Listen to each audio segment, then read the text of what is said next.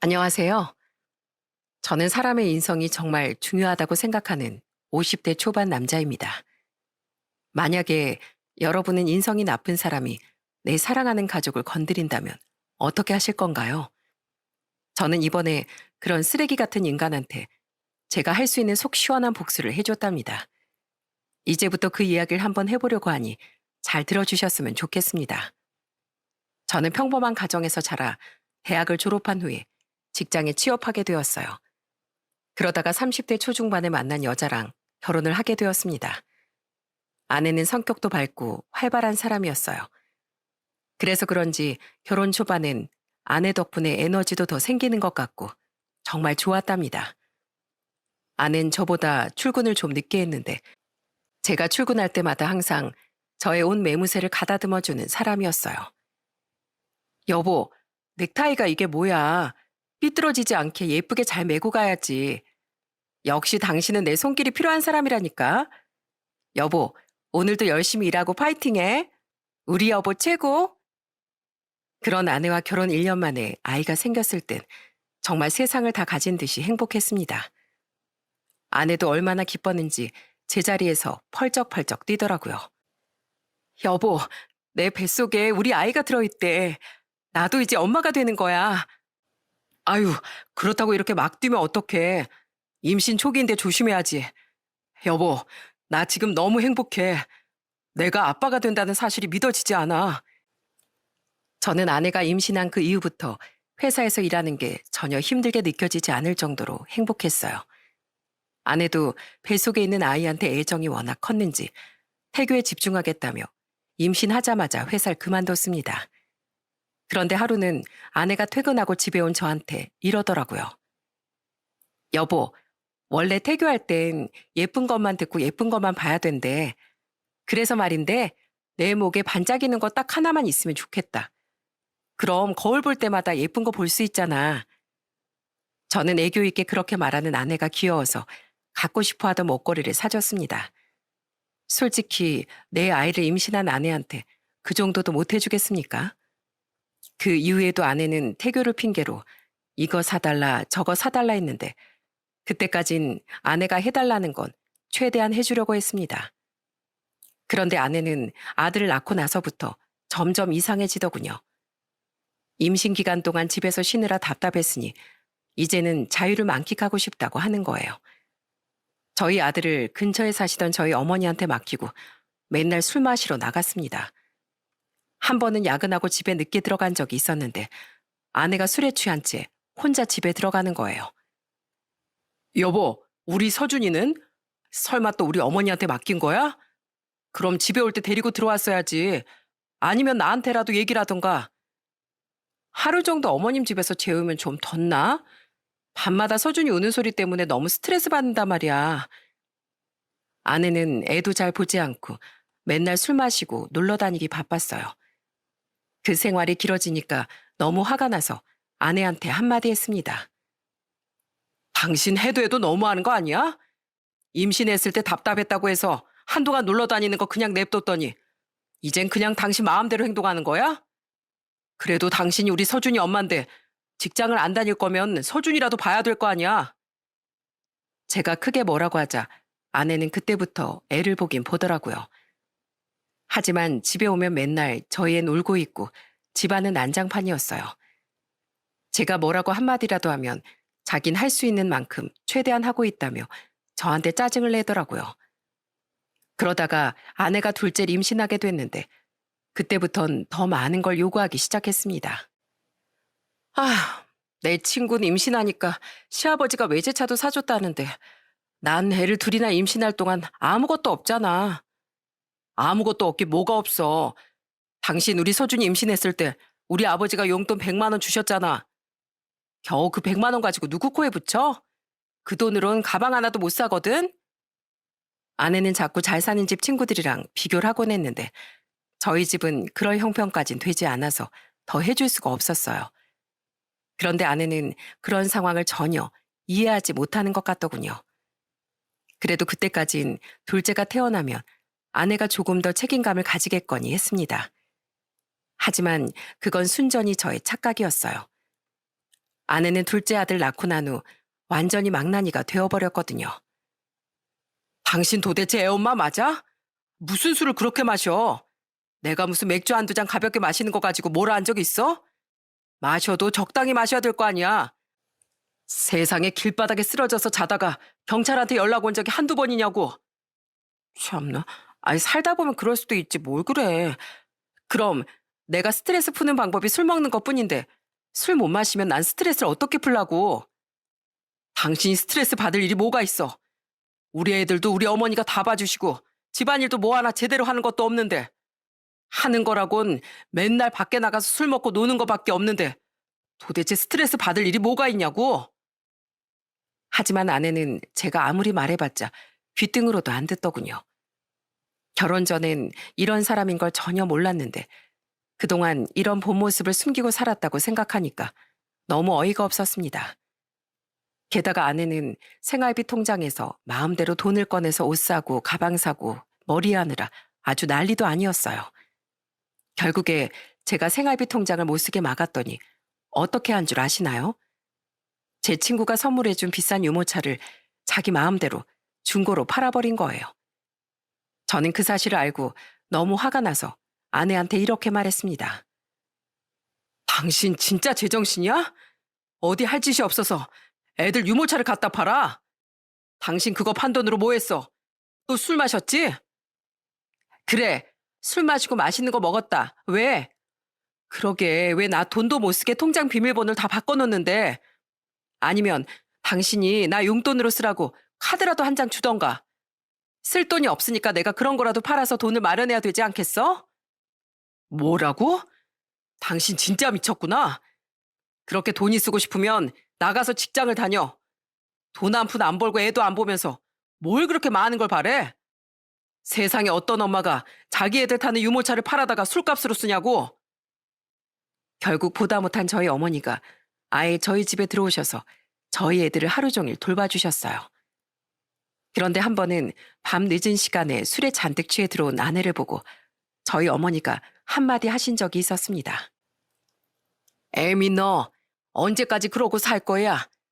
애들은 엄마 없이 할머니 손에서 이렇게 크고 있는데 엄마란 인간이 술에 미쳐가지고 그러고 돌아다녀도 되는 거냐고. 그러자 아내는 술주정을 부리며 반말로 이러더라고요.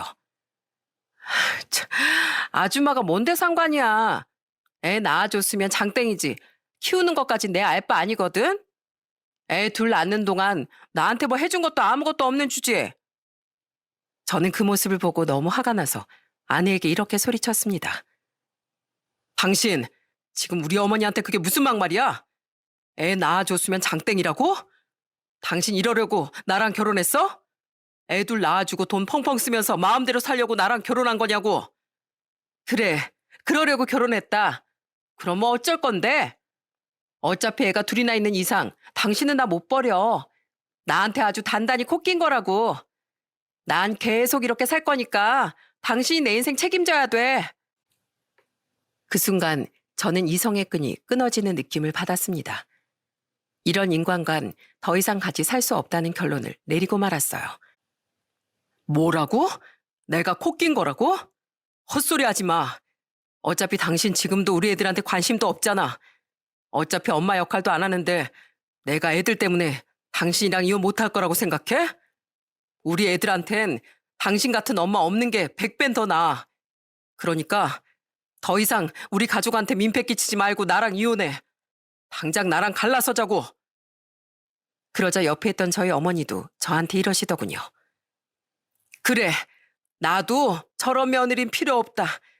현동아, 애들은 내가 키워줄 테니까 애미랑은 이혼해라. 나도 더 이상은 네가 저런 애 때문에 고생하는 거 더 보고 있을 수가 없구나. 그렇게 저는 38살의 아내와 이혼하고 갈라서게 되었습니다. 아내는 재산에 기여한 바가 없어 거의 빈몸으로 쫓겨났어요. 그리고 경제력도 없었기 때문에 저희 애들도 제가 키우게 되었죠. 저는 이혼한 이후에 애들이랑 같이 부모님 집에 들어가서 살게 되었어요. 괜히 제가 이상한 여자를 만나는 바람에 저희 부모님한테 고생만 시켜드리는 것 같아서 너무 죄송하더라고요. 하지만 저희 부모님은 손주를 보는 게 즐겁다면서 오히려 저를 응원해 주셨답니다. 그래도 제가 힘을 낼 수 있었던 건 저희 애들 때문이었어요. 전처는 너무 싫었지만 제 자식들은 너무 사랑스럽고 예뻤거든요. 저는 당시 4살, 2살이었던 아이들에게 동화책을 읽어주는 시간이 정말 행복했답니다. 아빠, 동화책 읽어주세요. 오늘은 아기 돼지 삼형제 읽을래요. 자, 그럼 얼른 책 가져와서 아빠 무릎에 앉아봐. 아빠가 재미나게 읽어줄게. 저희 애들은 그렇게 제가 읽어주는 동화책 내용을 듣다가 졸리다며 눈을 비비곤 했어요. 저는 제 아이들을 지키기 위해서라도 더 열심히 일해야겠다는 생각이 들었습니다. 그러다가 저는 40대 초반에 직장을 그만두고 회사를 직접 차리게 되었어요. 월급쟁이로 사는 것엔 한계가 있으니 애들을 위해서라도 더 성공해야겠다는 마음이 들었거든요. 하지만 역시 사업이라는 게 쉽지만은 않더군요. 처음엔 자금난에도 시달리고 정말 힘들었습니다. 제가 자꾸 집에서 우울한 표정으로 한숨을 쉬니까 저희 어머니가 저한테 이러시더군요. 현동아, 너 왜 그러니? 요즘에 일이 잘 안 풀리니?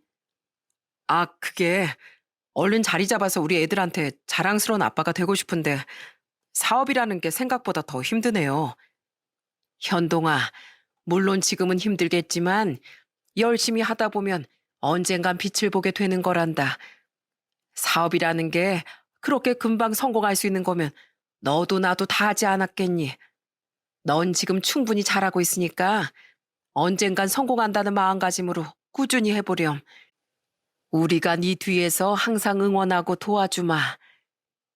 저는 어머니가 그렇게 말씀해 주셔서 정말 많은 힘을 얻게 되었습니다. 그리고 어머니 말대로 언젠간 꼭 성공한다는 생각으로 열심히 회사를 이끌어 나갔어요. 그러다 보니 점점 상황도 나아지고 직원들도 늘어나면서 사업을 시작한 지 5년 정도 되니까 어느 정도 자리를 잡게 되었습니다. 이제는 그래도 저희 애들을 부족하지 않게 키울 수 있을 정도는 되었어요. 저는 그제야 떳떳한 아빠가 된 것 같아서 너무 기분이 좋더군요. 그래서 항상 애들만 생각하며 열심히 일을 하고 있었는데 한 번은 친한 거래처 사장님께서 저한테 이런 말씀을 하시는 겁니다. 김 사장님, 아직 나이도 젊은데 언제까지 혼자 있을 겁니까? 나중에 애들 다 장가가고 나면 외로워서 안 돼요. 1살이라도 젊을 때 평생을 같이 할 짝을 얼른 만나야죠. 나 아는 사람 딸 중에 진짜 괜찮은 아가씨가 하나 있는데 내가 중매 한번 서줄 테니까 한번 만나봐요. 내가 웬만해선 중매 같은 거 안 서는데 김 사장님이 워낙 좋은 분이라 내가 소개시켜주고 싶어서 그래요. 저는 처음엔 거래처 사장님의 제안을 거절했어요. 상대방이 초혼이라길래 저 같은 남자는 만나고 싶어 하지 않을 것 같았거든요. 그런데도 계속 거래처 사장님이 만나보라고 하시길래 결국 그 여자분을 만나게 되었습니다. 그렇게 만나게 된 여자가 바로 지금의 제 아내였어요. 아내는 저보다 7살이 어린 직장인이었습니다. 처음 만났는데 환하게 웃는 걸 보고 조금 걱정이 되더라고요. 저기요, 은혜 씨. 사실 저 이혼남에 애도 둘이나 있습니다. 혹시 모르고 나오신 거면 지금이라도 아셔야 될 것 같아서요. 솔직히 은혜 씨는 초혼이신데 저 같은 남자 만나기엔 좀 아깝잖아요. 네? 아깝게 뭐가 아까워요? 그리고 저 현동 씨한테 애 있는 거 다 알고 나왔어요.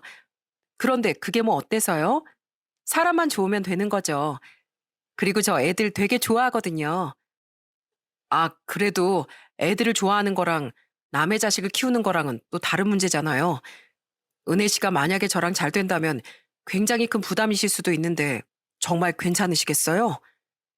남의 자식이라고 생각하면 남의 자식이지만 가슴으로 품으면 제 자식이 될 수도 있는 거 아닌가요? 요즘엔 입양 가족도 많고 애 있는 상태로 재혼하는 가정도 많은데 그게 그렇게 큰 문제가 될 거라고는 생각하지 않아요. 그나저나 저 애들 얼굴 궁금한데 한번 봐도 돼요? 사진 찍어 놓은 거 없으세요? 저는 그 말에 휴대폰에 있던 저희 애들 사진을 아내에게 보여줬습니다. 그러자 아내는 밝게 웃으며 이렇게 말하더라고요. 우와, 애들이 아빠를 닮아서 그런지 인상이 너무 좋네요. 똑부러지게 생긴 게 공부도 엄청 잘하겠어요. 아내는 제가 이혼남에 애가 둘이나 있는데도 전혀 거리낌 없이 저를 대하더라고요. 게다가 저희 애들한테도 관심을 가져주는 게 너무 좋았어요. 그렇게 저는 아내와 정식으로 만나게 되었습니다. 아내는 전 저와는 달리 정말 한없이 마음이 넓고 착한 사람이었어요. 한 번은 아내랑 만났는데 집에 가기 전에 저보고 마트를 들르자고 하는 거예요. 그래서 마트에 갔는데 카트에 과자랑 간식들을 막 담기 시작하더군요. 오빠, 오빠네 애들 초등학생이니까 이런 거 좋아하지? 어떤 과자를 좋아하는지 몰라서 내가 맛있어 보이는 걸로 담긴 했는데 애들이 잘 먹어줬으면 좋겠다. 이거 오늘 애들 갖다 주고 혹시 애들이 잘 안 먹는 거 있으면 나한테 좀 알려줘. 내가 공부 좀 하게. 저는 그날 아내가 사준 간식들을 집에 들고 가 저희 애들에게 주면서 이렇게 얘기했어요. 얘들아, 오늘 아빠가 친구를 만나고 왔는데 아빠 친구가 너희한테 이렇게 간식을 많이 사주셨어. 어때? 마음에 들어? 먹어보고 맛있는지 맛없는지 아빠한테 다 얘기해줘야 돼. 알았지? 그렇게 저희 애들한테 아빠 친구라는 존재를 처음으로 알린 후 그 다음번엔 아내랑 같이 애들을 만나게 되었어요. 아내가 저희 애들한테 햄버거도 사주고 피자도 사주면서 정말 잘해주더라고요. 애들이 맛있게 먹는 모습을 흐뭇한 표정으로 바라보고 있는 아내를 보면서 정말 고맙다는 생각이 들었습니다. 그러다가 한 번은 아내가 저한테 애들을 데리고 놀이공원을 가자고 하더라고요. 애들도 좋다고 하길래 다 같이 놀이공원으로 향했습니다. 애들은 저희 아내랑 몇 번 봐서 그런지 아내를 잘 따르더라고요. 이모, 우리 솜사탕 사 먹어요. 솜사탕? 그래, 좋아. 무슨 색으로 사줄까? 하늘색 아니면 핑크색? 솜사탕 말고 다른 거 먹고 싶은 건 또 없어? 추러스는 어때? 슬러시는? 우와, 그거 다 사주시게요? 역시 이모 최고. 이모, 우리 솜사탕 먹고 나서 저기 있는 놀이기구 타러 가요. 우리 아빤 그런 거 잘 못 타서 재미없단 말이에요. 놀이기구 좋지. 대신 너희 그거 타고 무섭다고 울면 안 된다. 울면 아줌마가 엉덩이에 뿔 난다고 놀릴 거야. 그날 하루 종일 저희 애들하고 얼마나 재밌게 놀았는지 모릅니다. 그런데 다 놀고 집에 가려던 그때 갑자기 저희 큰아들이 저희 아내한테 이러는 거예요. 근데 이모, 사실 우리 아빠 친구 아니고 여자친구죠? 저 다 알고 있어요. 뭐라고? 여자친구 맞잖아요. 저도 알 건 다 아는 나이거든요. 이모랑 우리 아빠랑 서로 엄청 다정하게 쳐다보는 거 내가 다 봤어요. 그리고 그냥 친구가 아니라 여자친구니까 저희한테 이렇게 잘해주시는 거잖아요. 그러자 옆에 있던 저희 둘째 아들도 이러더군요. 뭐야, 진짜로 이모가 우리 아빠 여자친구예요? 그럼 이모가 우리 엄마가 될 수도 있는 거네요? 우와, 신난다. 저와 아내는 애들의 말을 듣고 정말 깜짝 놀라고 말았습니다. 애들이 받아들이지 못할까봐 천천히 얘기할 생각이었는데 오히려 저희 애들이 먼저 눈치를 채고 좋아하더라고요. 아내도 애들이 설레발을 치고 좋아하는 모습을 보고 눈물을 글썽이며 기뻐하더군요. 그 이후 아내와 저희 애들은 빠르게 가까워졌습니다. 아내가 저희 집에 자주 놀러 오면서 애들이랑 시간을 더 많이 보내게 되었어요. 그러다가 결혼 허락을 받기 위해 예비 처가에 인사를 드리러 가게 되었습니다. 저는 솔직히 아내한테 미안한 마음이 컸어요. 아내는 초혼인데 저는 재혼에다가 애가 둘이나 있어서 솔직히 제가 많이 모자란 조건이었잖아요. 그런데 예비 장인 장모님께서 정말 편견 없이 저를 받아주시더군요. 예비 장모님께서는 인자하게 웃으시며 저한테 이렇게 말씀하셨어요. 자네, 우리 은혜한테 얘기 많이 들었네. 솔직히 처음엔 은혜가 애 딸린 이혼남을 만난다고 해서 우리도 많이 놀랐어. 그런데 우리 은혜가 선택한 남자니까 충분히 믿을 만한 사람이라고 생각하네. 그리고 자네 애들도 우리 은혜를 그렇게 좋아한다며? 서로 좋아하고 의지하면 그게 바로 가족인 거지. 난 우리 은혜가 행복하면 그걸로 족하네. 그러니까 우리 은혜랑 싸우지 말고 서로 사이좋게 지내게. 감사합니다, 장모님. 저 은혜 눈에 절대 눈물 안 흘리게 하겠다고 약속하겠습니다. 절 받아주셔서 정말 감사합니다. 그렇게 저는 아내와 재혼을 하게 되었습니다. 결혼식 때 웨딩드레스를 입은 아내의 모습이 너무 아름다워서 눈을 떼기가 힘들었어요. 그 착한 마음씨 때문인지 마치 천사를 보는 것만 같았습니다. 아내는 결혼 후에도 저희 집에 정말 잘했어요. 저희 부모님도 마음씨가 넓은 아내를 무척이나 좋아하셨고요. 아내와 함께 부모님 댁에 갈 때마다 저희 어머니가 두 팔 벌려 환영해 주셨습니다. 아이고, 우리 보물 왔네, 보물 왔어. 배고프지? 얼른 들어와서 밥 먹어. 어머님, 벌써 밥을 다 차려놓으셨어요? 제가 좀 도우려고 일부러 더 일찍 왔는데. 네가 그럴 줄 알고 내가 더 일찍 준비해놨지. 우리 집에 정말 귀중한 보물인데 내가 귀한 손에 물 묻히며 쓰나. 게다가 아내는 저희 애들과도 여전히 잘 지냈습니다. 저희 애들도 아내를 금방 엄마라고 부르며 엄청 잘 따랐어요.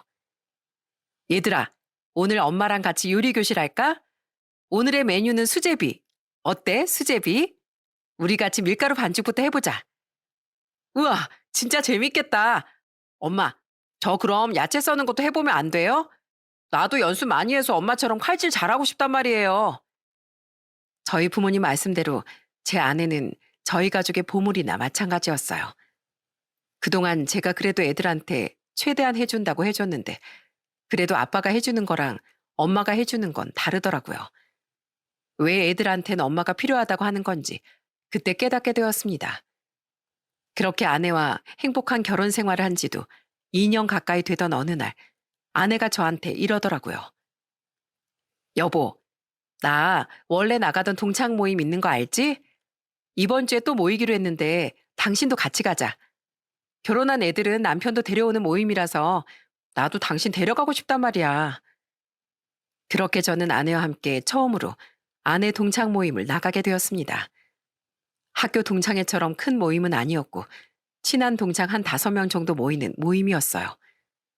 저는 아무래도 나이가 좀 있다 보니 젊어 보이고 싶은 마음에 청바지에 티셔츠를 입고 아내와 함께 모임 장소로 향했습니다. 식당 안에 아내와 같이 들어갔는데 아내의 친구 한 명이 반갑게 손을 흔들면서 인사를 하더라고요. 어? 은혜 왔네? 은혜야, 진짜 오랜만이다. 뭐야, 너 경숙이잖아? 네가 여긴 왜 왔어? 동창 모임 한다길래 한번 남편이랑 같이 따라 나와봤지. 나도 동창인데 좀 끼면 안 돼? 그 친구는 웃으면서 얘기했지만 제 아내의 표정은 좋지 않았어요. 애초에 그 친구의 얼굴을 봤을 때부터 깜짝 놀라는 게 좀 이상하더라고요. 그런데 자리에 앉아 그 친구 부부의 행동을 보니 참 꼴사납더군요. 여러분, 원래 진짜 있는 사람들은 잘난 척 안 하는 거 아시죠? 그런데 그 부부는 테이블 위에 외제차 차키를 떡하니 올려놨더라고요. 일부러 잘 보이게 자랑하는 것 같았죠. 게다가 온몸엔 명품을 휘감고 있었습니다. 그러자 아내 친구 중 한 명이 그 경숙이라는 사람한테 이렇게 묻더군요. 경숙아, 너 지금 걸치고 있는 거 다 명품 아니야? 그동안 소식도 잘 모르고 살았는데 너 꽤 잘 나가나 보다. 당연하지. 우리 남편이 사업하는데 진짜 잘 나가거든. 돈을 어찌나 잘 버는지 아우 써도 끝이 없다니까. 내가 명품 질린다고 해도 어찌나 계속 사주는지. 지금 내 머리부터 발끝까지 다 우리 남편이 해준 거야. 너네 이게 얼마짜린 줄 알아? 지금 내가 입고 있는 이 원피스만 해도 300만 원짜리야. 그리고 내가 신고 온 이 굿은 얼만 줄 아니? 너넨 내가 금액 말하면 아주 깜짝 놀랄 거다. 세상에 저는 돈 자랑을 저렇게 대놓고 하는 사람은 처음 봤습니다. 그런데 뭐 자랑이야 할 수도 있지만 그것보단 다른 문제가 있더라고요. 그 경숙이란 친구가 저를 위아래로 훑어보더니 갑자기 이러는 거예요. 안녕하세요. 예전에 한 번 이혼하시고 은혜랑 재혼한 거라면서요? 이웃남이 초혼인 여자랑 결혼하기가 쉽지 않았을 텐데. 그나저나 은혜야. 내가 재작년에 너 결혼할 때 바빠서 못 갔어. 미안하다 얘. 아니야, 괜찮아. 마음만 받을게. 그런데 너희 남편이랑 너랑 몇 살 차이라고 그랬지? 7살 차이라고 했나? 아우, 얘 7살이 아니라 17살 차이 나는 거 아니야? 저기요, 은혜 남편분. 이름이 뭐라고 했죠? 아, 저는 김현동입니다. 현동 씨, 우리 은혜랑 같이 다니려면 머리 좀 심으셔야겠어요. 누가 보면 부부 사이가 아니라 삼촌이랑 조카 사이인 줄 알겠어요. 뭐라고요? 아니, 솔직히 그렇잖아요. 남자 나이 들면 머리숱이 생명인데 그렇게 머리숱이 훤해서야 창피해서 어디 같이 다니겠어요? 저희 남편 좀 보세요. 머리가 아주 새카맣고 풍성하잖아요. 사실 제가 대머리는 아니지만 머리숱이 좀 없는 편이었는데 대놓고 그런 식으로 말하는 걸 보고 너무 어이가 없더군요. 그런데 그 친구는 계속해서 저를 자기 남편이랑 비교하면서 막말을 하더군요. 우리 남편은 옷걸이가 좋아서 머리보도 멋있잖아. 게다가 손도 커서 친구들 만나면 밥도 자기가 다 쏘는 사람이야. 아휴, 남자를 만나려면 내 남편 같은 사람을 만나야지. 안 그래, 은혜야? 너 아무래도 남자 보는 눈이 너무 낮은 거 아니냐? 그러자 옆에 있던 다른 친구들이 보다 못해 한마디 하더군요. 야, 이경수, 넌 무슨 말을 그렇게 해? 괜히 분위기 흐리지 말고 얼른 밥이나 먹어. 너 때문에 지금 은혜 표정 썩은 거 안 보여? 솔직히 무례한 그 행동 때문에 화가 났지만 처음 가는 동창 모임이기도 해서 분위기를 깨고 싶지 않은 마음에 그냥 참았습니다. 제 아내도 아무 말도 없이 그냥 밥만 먹더군요. 저희가 아무 반응도 안 하니까 그 경숙이라는 친구도 그냥 친구들이랑 떠들고 놀았어요. 그렇게 다시 화기애애한 분위기 속에서 재밌게 이야기도 나누며 놀고 있었는데 2시간 정도 지나니까 그 경숙이란 친구가 술에 취했는지 또 막말을 시작하더라고요. 그런데 현동 씨, 그거 아세요? 은혜 쟤 옛날에 제 꼬봉이었어요. 저 학창 시절에 연애 편지도 은혜가 대신 써주고 제 숙제도 대신해주고 그랬다니까요. 그때 내가 시키는 건 다 했었는데 얼마나 웃기던지. 지금도 아마 제가 한마디만 하면 꿈뻑 죽을걸요? 그러자 옆에 있던 다른 친구가 한마디 하더군요. 야, 너 말이 너무 심한 거 아니야? 아까부터 왜 자꾸 은혜한테 시비야? 그리고 30년 전에 있었던 일을 왜 이제 와서 꺼내는 건데? 아니, 그것도 추억이잖아. 학창 시절의 소중한 추억을 현동 씨한테도 알려주고 싶어서 얘기한 건데 그게 뭐가 잘못됐어? 그게 무슨 추억이야? 네가 착한 은혜를 일방적으로 괴롭힌 거지. 은혜가 공부도 잘하고 인기도 많으니까 네가 질투해서 그런 거잖아. 그런 거 아니거든. 내가 은혜를 질투하긴 왜 질투해? 맞잖아. 은혜가 연애 편지 대신 써준 그 남자애도 사실 너 말고 은혜를 좋아하고 있었잖아. 그래서 그 남자애가 너 뻥 차버린 거 기억도 안 나? 에이씨, 아니라니까. 내가 저런 가난한 애를 왜 질투해? 은혜 쟤네 집이 엄청 가난해서 쟤네 엄마가 우리 엄마 종이었잖아, 종. 야, 너 무슨 말을 그렇게 해? 아무리 그래도 부모까지 들먹이는 거 너무한 거 아니야?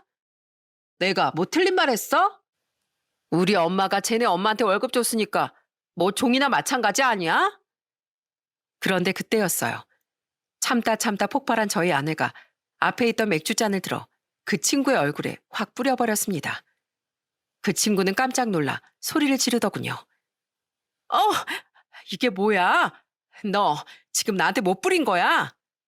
맥주 뿌렸다, 왜? 하도 제정신 아닌 것 같길래 정신 좀 차리라고 뿌렸다. 그나저나 3살 버릇 여든 간다더니 넌 아직도 그 못된 성깔 못 버렸냐? 너 이제 어린애 아니야. 40대 아줌마라고. 나이 먹었으면 제발 철 좀 들어라. 넌 언제까지 그따위로 살래? 뭐라고? 너 지금 나랑 해보자는 거야? 내 말 한마디에 꼼짝도 못하던 꼬봉 주제에 너 당장 나와. 어디 나랑 한판 붙어보자고. 붙긴 뭘 붙어. 너 같은 애하고는 상대하고 싶지도 않아. 남들은 나이 먹으면서 점점 성숙해져 가는데 넌 어째 오히려 어릴 때보다 더 무식하고 천박해졌잖아. 뭐? 무식하고 천박해? 너 말 다 했어? 그런데 그때 옆에 있던 그 친구의 남편이 벌떡 일어나더니 제 아내한테 삿대질까지 하면서 소리를 치더군요. 이보세요. 지금 내 아내한테 뭐 하는 짓입니까? 학창 시절에 우리 와이프 꼬봉이었다면서 나이 먹으니까 눈에 뵈는 게 없어요?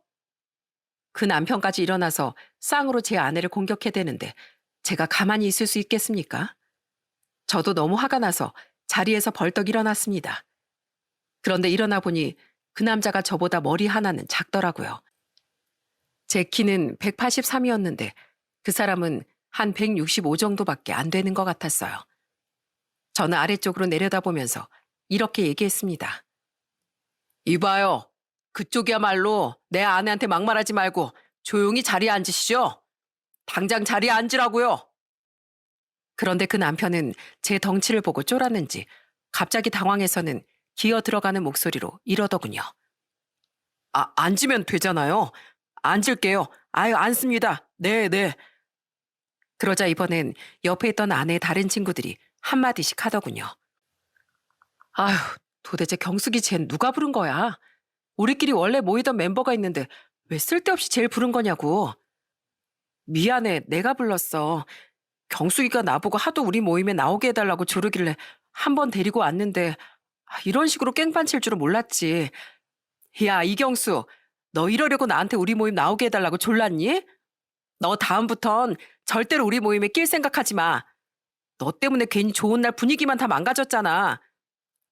얘들아, 우리 그냥 나중에 시간 맞춰서 다시 모이자. 경숙이는 빼고. 결국 그날은 그렇게 모임이 파괴되었습니다. 대리를 불러서 아내랑 같이 집에 가는데 아내는 창문만 바라보며 아무 말도 하지 않더라고요. 저는 너무 속상한 마음에 아내한테 이렇게 물었어요.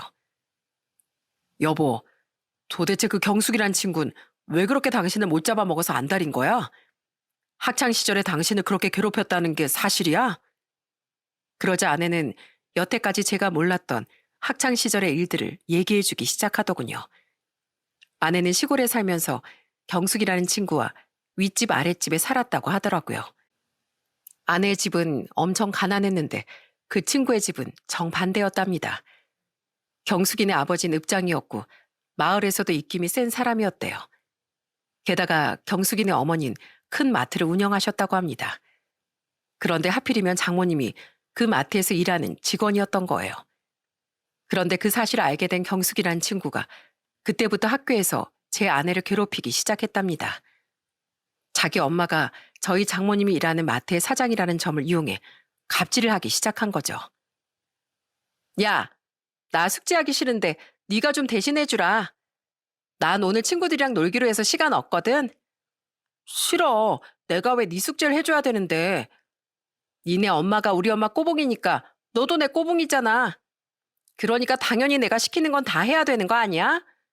너 이거 안 해주면 우리 엄마한테 얘기해서 너네 엄마 확 잘리게 만들어줄 수도 있어.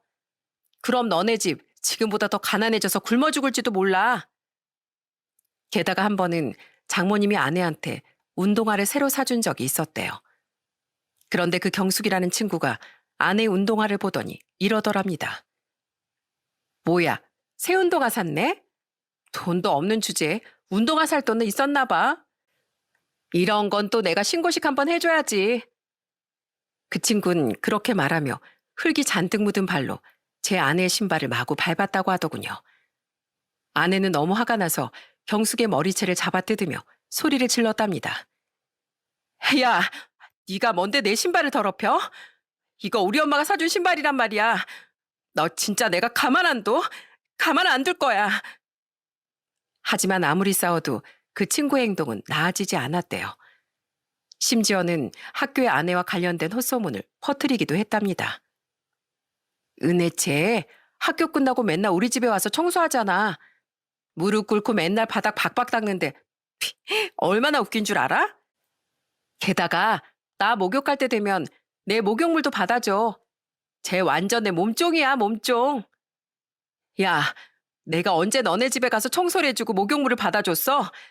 너 자꾸 애들한테 헛소문 퍼뜨릴래? 우리 집이 가난하고 우리 엄마가 너네 엄마 직원이라고 해서 그렇게 함부로 말해도 되는 줄 알아? 결국 아내가 학교에서 계속 괴롭힘을 당한다는 사실을 알게 된 장모님께선 그 원인이 본인한테 있다고 생각해 결국 그 마트를 그만두셨다고 하더군요. 하지만 그 이후에도 그 친구의 괴롭힘은 멈추질 않았대요. 하필이면 시골이라 초중고를 다 같은 학교를 나오는 바람에 아내는 끔찍한 학창 시절을 보내야 했던 거죠. 결국 아내는 고등학교를 졸업한 이후엔 그 경숙이라는 친구와 아예 연락을 안 하고 살았답니다. 저는 그 얘기를 다 듣고 나서 아내한테 이렇게 물어봤어요. 그럼 그 친구가 결혼식에 안 와서 미안하단 얘긴 뭐야? 당신이 그 친구를 결혼식에 초대했었어? 내가 미쳤어? 그런 애를 내 결혼식에 초대하게. 그냥 걘 내가 애 딸린 이혼남이랑 결혼했다는 걸 듣고선 일부러 나 약 올리려고 온 거야. 그게 아니면 굳이 동창 모임까지 와서 저런 짓을 할 리가 없잖아. 아휴, 내가 살다 살다 그런 인간 진짜 처음 보네. 당신 그동안 정말 힘들었겠다. 이제 그런 인간은 그냥 아예 기억에서 지워버려. 당신이 상대하기엔 너무 수준 낮고 지저분한 인간이니까. 알았지? 저는 그렇게 아내를 위로해 주었습니다. 그리고 그 이후엔 그 사건을 잊고 살았어요. 어차피 그 친구가 그러든 말든 우리끼리 잘 살면 그만이니까요. 그런데 그 사건이 있은 지 8개월이 지났을 때였습니다. 계약직 사원을 한 명 뽑아야 되는 상황이었는데 하필이면 제가 그때 14박 15일로 유럽 출장이 잡힌 거예요. 다행히 저희 회사 직원들이 전부 듬직하고 인사 담당자로 있는 부장이 일을 잘했기 때문에 계약직 직원 채용을 그 부장에게 맡겼습니다. 정직원이면 어떻게든 제가 직접 면접을 보겠지만 계약직이기도 하고 출장 일정 때문에 어쩔 수 없었어요. 그런데 출장이 다 끝나고 회사에 출근했던 날이었습니다. 제가 회사에 들어가니까 오랜만에 만난 직원들이 저한테 반갑게 인사를 하더라고요. 사장님 오셨어요? 오랜만에 뵈니까 얼굴이 더 좋아지셨네요. 아유, 좋은 아침입니다. 다들 잘 지내셨죠? 그런데 그때 사무실 안에 있던 낯선 여자가 한 명 보이더군요. 그런데 저는 그 여자의 얼굴을 보고 경악을 하고 말았습니다. 그리고 그건 그 여자도 마찬가지였죠. 어? 여기 현동 씨 회사였어요? 뭐야, 경숙 씨가 여길 어떻게... 네, 그 여자의 정체는 바로 제 아내를 그렇게 괴롭혔던 경숙이라는 친구였습니다. 저희 인사 담당자가 뽑은 그 계약직 직원이 바로 그 사람이었던 거죠. 저는 정말 놀라 자빠지는 줄 알았습니다. 그런데 그 사람은 아무렇지도 않게 웃으며 저한테 이러더라고요. 여길 어떻게 왔긴요. 저 이틀 전부터 여기 출근하고 있는데요. 그런데 어쩜 이런 인연이 다 있대요. 내가 여기서 친구 남편을 만날 줄이야. 역시 친구 잘 두니까 너무 좋네요. 현동 씨, 저 앞으로 이 회사에서 일해야 되는데 저 은혜 친구니까 잘해 주실 거죠? 저는 순간 아내가 당했던 그 일들이 떠오르면서 만만하게 보여선 안 되겠다는 생각이 들었습니다. 그래서 그 여자에게 이렇게 얘기했어요. 이봐요.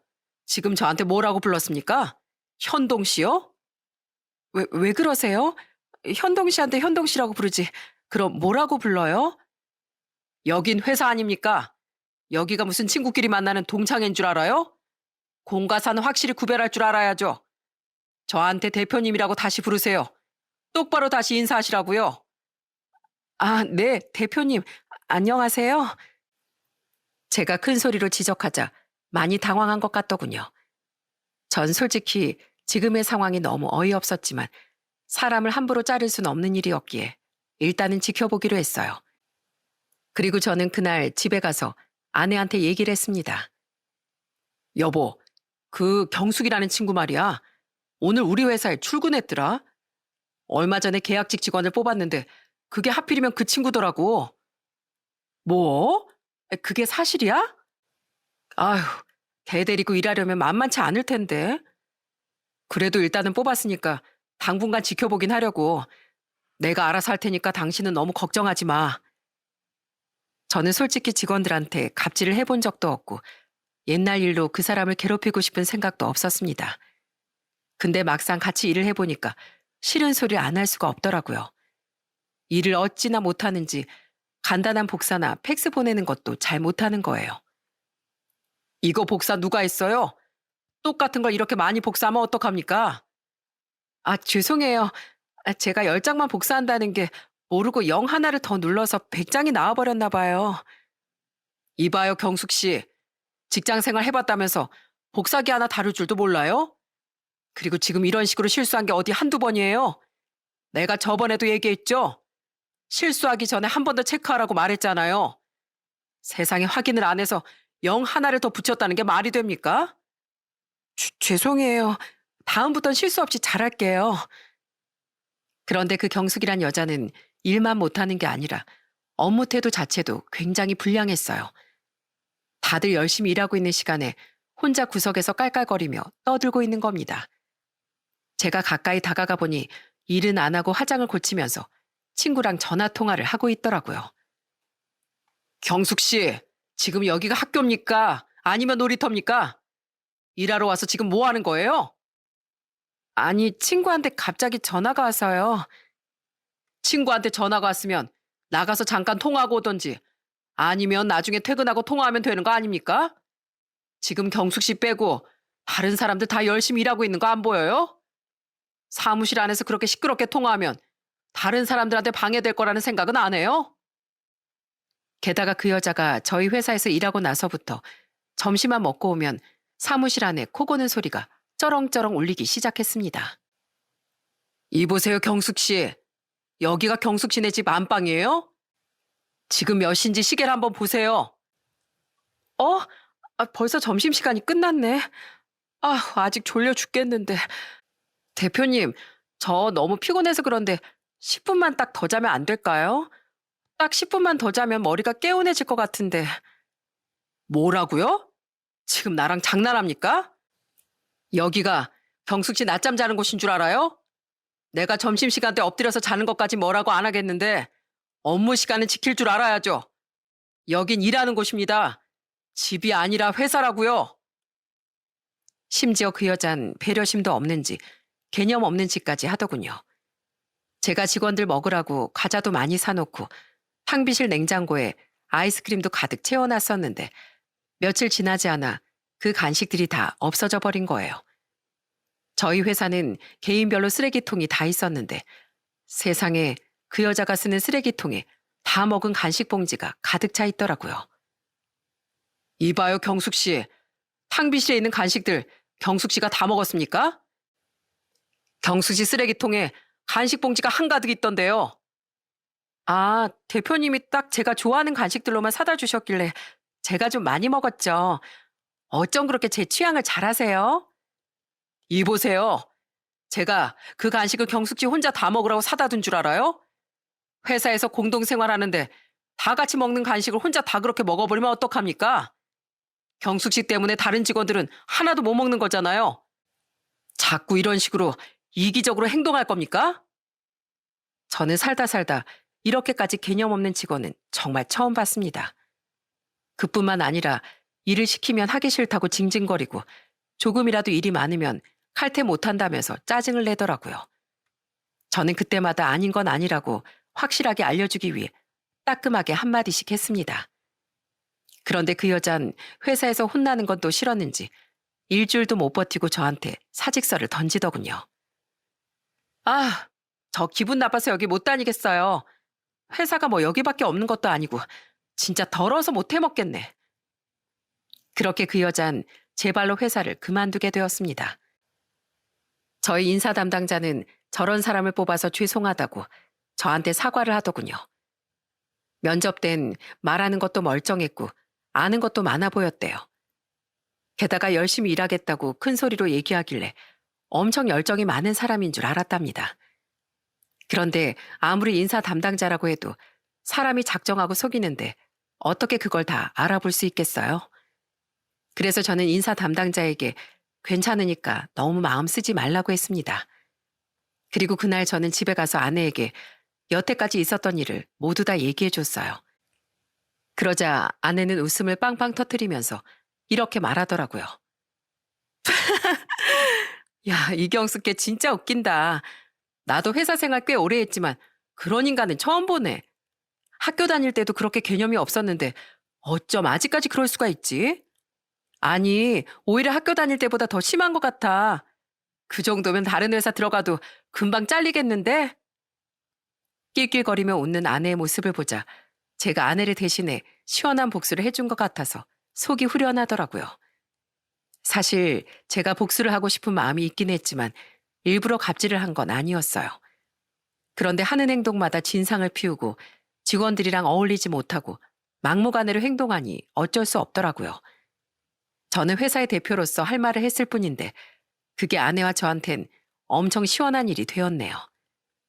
그런데 그 일이 있고 나서 한 달쯤 지났을 때 정말 황당한 사실을 알게 되었습니다. 다른 동창들한테 연락을 받은 아내가 저한테 이런 얘기를 하더라고요. 여보, 이경숙 걔 머리부터 끝까지 다 거짓말이었더라. 그때 왜 테이블 위에 그렇게 자랑하면서 올려놨던 그 차키 있지? 그 차키도 10년 넘은 외제차 차키래. 당신도 알겠지만 10년 넘은 외제차는 국산차보다도 더 감가가 많이 돼서 별로잖아. 그리고 걔 걸치고 다니는 옷이랑 액세서리들도 다 짝퉁이었대. 아유, 그렇게 명품 많다고 자랑을 하더니 완전히 다 가짜였더라고. 뭐? 그게 사실이야? 그런데 그 사람 남편이 사업해서 잘 나간다며? 잘 나가는데 왜 짝퉁을 사? 여보, 걔가 하는 말을 믿어? 걔 남편 사업하는 거 아니래. 말로만 사업한다고 하고 사실은 백수나 마찬가지라더라. 남편도 돈을 안 벌어오고 경숙이 걔도 당신네 회사 잘리고 나서 다른 데 또 들어갔는데 또 잘렸다고 하더라고. 그러니 수중에 돈이 있겠어? 요즘에 경숙이가 친구들한테 돈을 그렇게 빌리고 다니나 봐. 말하는 걸로는 무슨 부잣집 사모님인 줄 알았는데 알고 보니까 우리 앞에서 허세 부리고 싶어서 다 거짓말했던 거였어. 예전엔 그렇게 잘 사는 집이었는데 뭐 때문인지 몰라도 지금은 집안 자체가 아주 쪽박 찬 것 같더라고. 저는 그 얘기를 듣고 황당하면서도 참 우습다는 생각이 들더군요. 자기가 가진 것에 만족하며 살 줄도 알아야 하는데 왜 그런 거짓말까지 해가면서 허세를 부렸는지 이해할 수가 없었어요. 아마 제가 짐작하기론 학창 시절에 남들 머리 꼭대기에서 놀던 그 시절을 잊지 못해서 거짓말한 건 아닐까 하는 생각이 들더군요. 그때는 철없는 학창 시절이라 그랬다 쳐도 성인이 된 지금까지 그 더러운 인성을 버리지 못하고 양아치 짓을 하는 걸 보니 참 한심하다는 생각이 들었습니다. 우리나라 속담 중에 재벌을 개 못 준다라는 말이 있죠. 아마 그 사람은 이 나이까지 그 인성을 고치지 못했으니 아마 앞으로도 계속 그렇게 가짜 인생을 살지 않을까 싶어요. 과연 그렇게 살아서 얻는 게 무엇일지 그 사람에게 묻고 싶네요. 지금이라도 정신 차리고 남들을 배려하면서 살았으면 좋겠지만 아마 그런 인간이 바뀔 일은 없을 거라고 봅니다. 지금 그 일이 있은 지 또 2년이 지났어요. 어느덧 저희 애들은 고등학생, 중학생이 되었네요. 요즘 저희 애들은 저보다 더 제 아내를 좋아한답니다. 저희 애들을 친자식처럼 사랑으로 아껴주는 아내에게 항상 감사한 마음으로 살고 있어요.